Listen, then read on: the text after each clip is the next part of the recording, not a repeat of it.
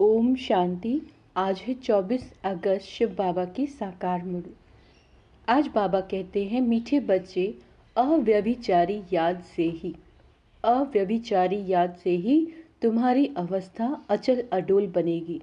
पुरुषार्थ करो, एक बाप के सिवाय दूसरा कोई भी याद ना आए। प्रश्न: शिव बाबा कौन सी सर्विस करते हैं और तुम बच्चों को क्या करना है?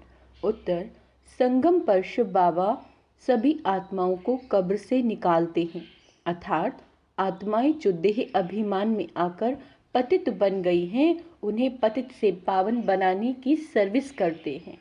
तुम बच्चे भी बाप के साथ साथ सबको शांति धाम और सुख धाम का रास्ता बताने के लिए लाइट हाउस बने हो। तुम्हारी एक आँख में मुक्ति और दूसरी आँख में जीवन मुक्ति हो। गीत है, किसने ये सब खेल रचाया। ओम शांति। यह वास्तव में भक्ति मार्ग का गीत है। कोई है ज़रूर जिसकी यह महिमा है। बच्चे अच्छी रीति समझ सकते हैं कि यह बाप ही है जो सब कुछ करते हैं, करन करावनहार हैं। सिख लोग बहुत महिमा गाते हैं क्योंकि नया धर्म है और यह है बिल्कुल बहुत पुराना धर्म। गाते हैं एक ओंकार। ओम का अर्थ भी बाबा ने बहुत अच्छी रीति समझाया। वह तो बहुत लंबा चौड़ा अर्थ कर देते हैं। मैं कहता हूँ कि मैं परमात्मा परम धाम का रहने वाला हूँ। मैं पुनर्जन्म में नहीं आता हूँ, तुम पुनर्जन्म में आते हो। बाप बच्चों को बैठ परिचय देते हैं। मैं बच्चों के सामने ही प्रत्यक्ष हूँ। उन्हों को समझाया है, मैं हूँ परम पिता परमात्मा, जिसको तुम आत्माएं भक्ति मार्ग में याद करती हो। ओ गॉड फादर, उनकी महिमा भी है। पतित पावन रहमदिल लिबरेटर, उनको गाइड भी कहते हैं। यह है पांडव सेना। पंडा मुक्ति जीवन मुक्ति की राह बताता है। गाते भी है ना, नैया मेरी पार लगाओ। बरोबर परमात्मा को खेवैया भी कहते हैं, बागवान भी कहते हैं तुम कितने मस्त थे।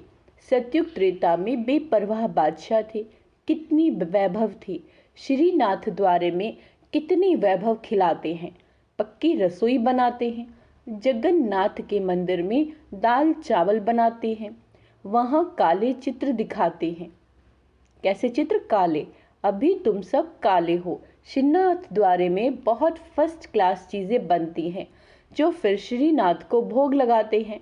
वह पुजारियों को मिलता है, वह फिर दुकान में बेचते हैं, उससे शरीर निर्वाह होता है। बाबा कहते हैं, तुम बच्चे तो स्वर्ग के मालिक बनते हो। वहाँ जो वैभव तुम खाते हो वह दास दासियां भी खाते हैं। 36 प्रकार के वैभव बनते हैं। इतने तो खा नहीं सकेंगे तो फिर दास दासियां खाते हैं, परंतु इसमें ही खुश नहीं होना। राजधानी तो सारी बननी है, तुम वहाँ बहुत मौज में रहेंगे। वर्ल्ड ऑलमाइटी अथॉरिटी का स्थापन किया हुआ स्वर्ग का राज्य भाग्य तुम बच्चों को मिलता है। कहते हैं ज्ञान, भक्ति और वैराग्य। अब वैराग्य 2 प्रकार का होता है। सन्यासियों का है हद का वैराग्य, घर बार छोड़कर जंगल में बैठते हैं, फिर वह गुप्त मदद करते हैं, भारत का बहुत फायदा करते हैं। जैसे विनाश के लिए कहा जाता है, इनसे स्वर्ग के गेट खुलते हैं, वैसे यह भी पवित्रता की मदद करते हैं। इसीलिए ड्रामा में इन्हों की महिमा है। बाप कहते हैं ये ज्ञान प्राय लोप हो जाएगा, तो उनका है हद का वैराग्य और तुम्हारा है बेहद का। उन्हें बेहद का बाप वैराग्य दिलाते हैं। गृहस्थ व्यवहार में रहते सिर्फ बुद्धि से भूलना है। ये तो पुराना शरीर है, अब 84 जन्म पूरे हुए। देह सहित देह के सब धर्म सर्व संबंधों को भूलना है, अपने को देही समझना है। वह तो कह देते हैं कि आत्मा निर्लेप है, कुछ भी खाओ पियो लेप झेप नहीं लगता है। अनेक मत मतांतर हैं, कैसी रस्म रिवाज है, जिसने जो मत चलाई चल पड़ी। जैसे यहाँ कोई आदि देव को महावीर कहते हैं, महावीर फिर हनुमान को भी कहते हैं। वास्तव में तुम सब महावीर महावीरनियाँ हो, जो माया पर जीत पाते हो, श्रीमत पर पुरुषार्थ करते हो। तुमको अपनी अवस्था ऐसी रखनी है जैसे अंगद को रावण हिला नहीं सकता। तुम महावीरों को भी भल कितना भी माया का तूफान लगे, परंतु हिलना नहीं है। यह अवस्था अभी नहीं होगी। बाबा कह रहे हैं यह अवस्था अभी नहीं होगी, पिछाड़ी में ऐसी अवस्था होनी है। कितने भी विकल्पों के तूफान आए, लेकिन अडोल रहना है। अव्यभिचारी याद रहे, सिर्फ एक की यानी, और किसी की याद ना आए। इसमें मेहनत बहुत करनी है। पिछाड़ी में ही अचल अडोल बनेंगे। अचल घर यादगार है ना, उसके ऊपर गुरु शिखर है। अभी तुम समझते हो ऊंचे ते उच्च शिव बाबा, वह है रचयिता। पहले पहले क्या रचते हैं, वह भी बुद्धि में रखना है। ऊंचे ते उच्च है शिव बाबा, फिर है ब्रह्मा विष्णु और शंकर। सूक्ष्म वतन वासी विष्णु को 4 भुजाएं क्यों देते हैं? बाबा पूछ रहे हैं कि विष्णु को 4 भुजाएं क्यों देते हैं? इससे यह प्रवृत्ति मार्ग सिद्ध होता है। बाबा कहते हैं तुम्हारा है प्रवृत्ति मार्ग, ब्रह्मा द्वारा स्थापना कराते हैं। ब्राह्मण धर्म है ऊंचे ते ऊंचा। देवताओं से भी तुम ऊंचे ते उच्च, क्योंकि तुम सर्विस करते हो। दैवी धर्म की स्थापना कर फिर तुम विश्व के मालिक बनते हो। ऊंचे ते उच्च एक बाप अथवा महिमा लायक एक ही शिव बाबा है, दूसरा ना कोई। बर्थडे एक शिव बाबा का ही मुख्य है, बाकी तो कोई सर्विस नहीं करते। लक्ष्मी नारायण भी प्रारब्ध भोगते हैं। अभी तो सबकी कयामत का समय है। पहले पहले भक्ति भी शुरू होती है एक बाप की, वह है अव्यभिचारी भक्ति। अभी तो बिल्कुल व्यभिचारी बन गए हैं। तुम शिव बाबा से लेकर अभी सभी के ऑक्यूपेशन को जानते हो। अभी तुम प्रैक्टिकल में बाबा के पास बैठे हो कि हम फिर से भारत को स्वर्ग बना रहे हैं। जो बनाते हैं वही फिर राज्य करेंगे। फिर वहाँ लक्ष्मी नारायण की डायनेस्टी चलती है, फिर राम की। अब उनकी क्या पूजा करें, उनको तो नीचे उतरना ही है। बाबा कहते हैं प्रारब्ध भोग पूरी की बस, तुम ही पूज्य से पुजारी बनते हो। तुम जानते हो भक्ति मार्ग में क्या होता है, 63 जन्म कैसे लेते हैं। अभी तुम ब्राह्मण हो, फिर ब्राह्मण से देवता, क्षत्रिय, वैश्य, शूद्र वर्ण में आएंगे। यह ड्रामा अनादि बना हुआ है, कोई रोक नहीं सकता। बाजोली खेली जाती है ना, तीर्थों पर बाजोली खेलते हैं। आगे बाजोली का बड़ा प्रभाव था।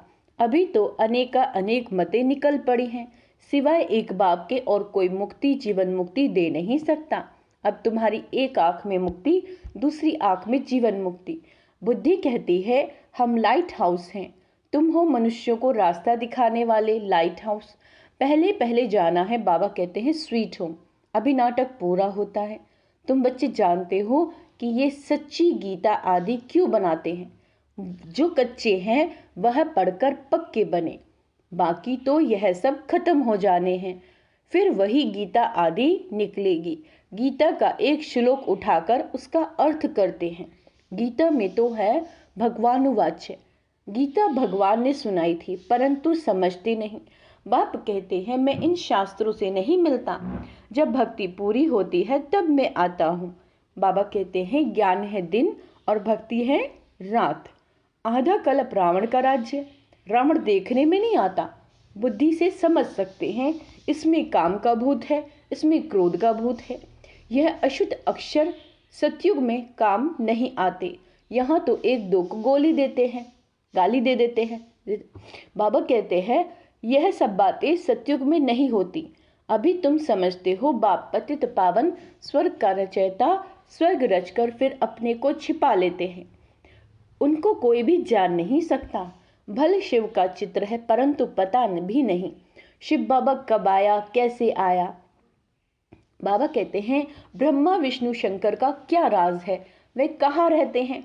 लक्ष्मी नारायण को सतयुग में इतनी उच्च राजाई कैसे मिली, कलयुग में तो है नहीं, कैसे वह राजाई पाते हैं। यह अब तुम समझते हो। बच्चों को बाप से अच्छी रीति पढ़कर फिर औरों को पढ़ाना है। बाप सभी बच्चों को कहते हैं कि मेरे सिक्की लदे बच्चे, ओ मेरे सालिग्राम, मैं इस शरीर में आकर तुमको समझाता हूँ। इस ब्रह्मा का तन लिया हुआ है, ब्रह्मा से ब्राह्मण पैदा होते हैं और कोई सत्संग में ऐसे कोई मना नहीं होती। यहाँ मना करते हैं, विष पर झगड़े होते हैं, जिसके लिए ही बाप कहते हैं यह विष आदि मध्य अंत दुख देते हैं। यह है नंबर 1 दुश्मन। इस कम महाशत्रु को जीतो जिसने तुमको आदि मध्य अंत दुख दिया। इसीलिए कहते हैं पतित पावन आओ। जानते हैं हम पतित हैं, तब तो जाकर पावन के आगे माथा टेकते हैं। पवित्रता की कशिश होती है, इसीलिए उन्हों का मर्तबा रखते हैं। वह भी समझते हैं हमारी जैसा उच्च भारत में कोई नहीं है। उन्हों को भी तुम शक्तियों ने बाण मारे। अगर स्थूल बाणों की बात होती तो ऐसे थोड़े ही कहते कि परम पिता ने बाण मरवाए। यह है ज्ञान के बाण। कौन से? ज्ञान के बाण। तुम हो ब्रह्मा कुमारियां, वह फिर ब्रह्म कुमारियां कह देते हैं। कहते हैं ब्रह्म ही भगवान है। बाप कहते हैं यह तुम्हारा भ्रम है। अब तुम्हारे पास सन्यासी लोग भी बहुत आते हैं। बड़े बड़े आदमी सन्यासियों के पास जाते हैं, बोलते हैं महात्मा जी चलिए हम आपको भोजन खिलाएं। बहुत उन्हों की खातिरी करते हैं। पवित्रता की निशानी है ना। आजकल तो कई डाकू भी सन्यासी का वेश धारण कर लेते हैं। तुम तो बिल्कुल साफ हो, और तुम हो भी राज ऋषि। अभी तुम ऊपर से नीचे तक समझ गए हो। जानते हो हम सुदेवता लक्ष्मी नारायण बन प्रारब्ध भोगते हैं। आधा कल्प बाद फिर जब और धर्म आते हैं तब लड़ाइयाँ आदि लगती है। यह भी बाबा कहते हैं यह भी सब ड्रामा में है। तुम मूल वतन, सूक्ष्म वतन, स्थूल वतन, सृष्टि के आदि मध्य अंत को जानकर नॉलेजफुल बन गए हो। चक्र को भी जान लिया है चक्रवर्ती राजा बनने के लिए। भारत में डबल सिरताज राजा रानी यह लक्ष्मी नारायण ही थे। सिंगल ताज बाबा कहते हैं सिंगल ताज वाले उन्हों को नमन करते हैं। पवित्रता की ताकत थी। सतयुग में वॉइसलेस संपूर्ण निर्विकारी थे। गाते भी हैं संपूर्ण सर्वगुण संपन्न। यह क्यों गाते हैं? खुद पुजारी विकारी हैं। भारत पर ही सारा खेल है। डबल सिरताज और सिंगल सिरताज। अभी तो नो ताज। तुम सारे सृष्टि चक्र को समझ गए हो। क्रिएटर, डायरेक्टर, मुख्य एक्टर कौन है तुम अभी जानते हो। फिर तुम देवता बन जाएंगे। माया की जो कीचड़ लगी है वह धोई जाती है। बाप कहते हैं मैं धोबी भी हूँ, बड़ी ते बड़ा सुनार भी हूँ। तुम्हारी जेवर को अभी भट्टी में डालते हैं, तुम सच्चा जेवर बन जाएंगे। बाप बैरिस्टर भी हैं। तुमको 5 विकारों की जेल से छुड़ाते हैं, लिबरेट करते हैं। तुम रावण की जेल में हो। जेल से छुड़ाने के लिए वकालत सिखलाते हैं कि अपने को कैसे छुड़ाओ।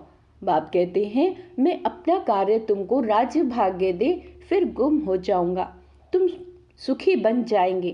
तुम राजधानी ले लेंगे, फिर मैं वानप्रस्थ में बैठ जाऊंगा। अच्छा, सबसे भाग्यशाली कौन? बाबा कहते हैं कि कन्याएं भाग्यशाली हैं। बाबा कहते हैं मैं तो अपना फर्ज पालन करता हूँ। तुम पतित दुखी हो, पुकारते हो, तो बाप का फर्ज है बच्चों को मुक्ति, जीवन मुक्ति देना। ऐसा मुक्तिदाता और कोई नहीं। बाकी टाइटल वह लोग बहुत रखवाते हैं, परंतु है बिल्कुल रॉन्ग। मनुष्यों की बिल्कुल ही विनाशकाली विपरीत बुद्धि है। तुम बच्चे बाबा बाबा कहते रहते हो, मनुष्य थोड़े ही इस राज को समझेंगे। वह समझेंगे शायद इस बाबा को याद करते हैं। तुम बच्चे जानते हो कि अनेक बार बाबा ने हमको स्वर्ग का मालिक बनाया। यह है ईश्वरीय जन्म। बाप कहते हैं सिर्फ एक मुझे याद करो, इसमें ही मेहनत है। अच्छा, मीठे मीठे से केलदे बच्चों प्रति माता पिता बाप दादा का याद प्यार और गुड मॉर्निंग। रूहानी बाप की रूहानी बच्चों को नमस्ते। हम रूहानी बच्चों की रूहानी बाप दादा को याद प्यार गुड मॉर्निंग, नमस्ते मीठे बाबा, शुक्रिया बाबा, शुक्रिया। धारणा के लिए मुख्य सार। बाप से अच्छी रीति पढ़कर औरों को पढ़ाना है। लाइट हाउस बन सबको जीवन मुक्ति और जीवन मुक्ति की राह दिखानी है। एक बाप की अव्यभिचारी याद से अपनी अवस्था एक रस अचल अडोल बनानी है। एक अव्यभिचारी यानी शिव बाबा की ही याद रहे। महावीर बनना है। कोई भी परिस्थिति आए बिल्कुल हिलना नहीं है, रोना नहीं है, छोड़ना नहीं है बाबा को। वरदान, अलौकिक रीति की लेन देन द्वारा सदा विशेषता संपन्न बनने वाले फ्राक दिल भाव। जैसे किसी मेले में जाते हो तो पैसा देते हैं और कोई चीज़ लेते हैं। लेने से पहले देना होता है। तो इस रूहानी मेले में भी बाप से अथवा एक दो से कुछ ना कुछ लेते हो, अर्थात स्वयं में धारण करते हो। जब कोई गुण अथवा विशेषता धारण करेंगे तो साधारणता स्वयं खत्म हो जाएगी। गुण को धारण करने से कमजोरी स्वतः समाप्त हो जाएगी। तो यही देना हो जाता है। हर सेकंड ऐसी लेन देन करने में फ्रॉक दिल बनो तो विशेषताओं से संपन्न बन जाएंगे। स्लोगन: अपनी विशेषताओं का प्रयोग करो तो हर कदम में प्रगति का अनुभव होगा। अच्छा, ओम शांति। आज का स्वमान का अभ्यास करेंगे। मैं फ्रॉक दिल आत्मा हूँ, मैं महावीर आत्मा हूँ। ओम शांति।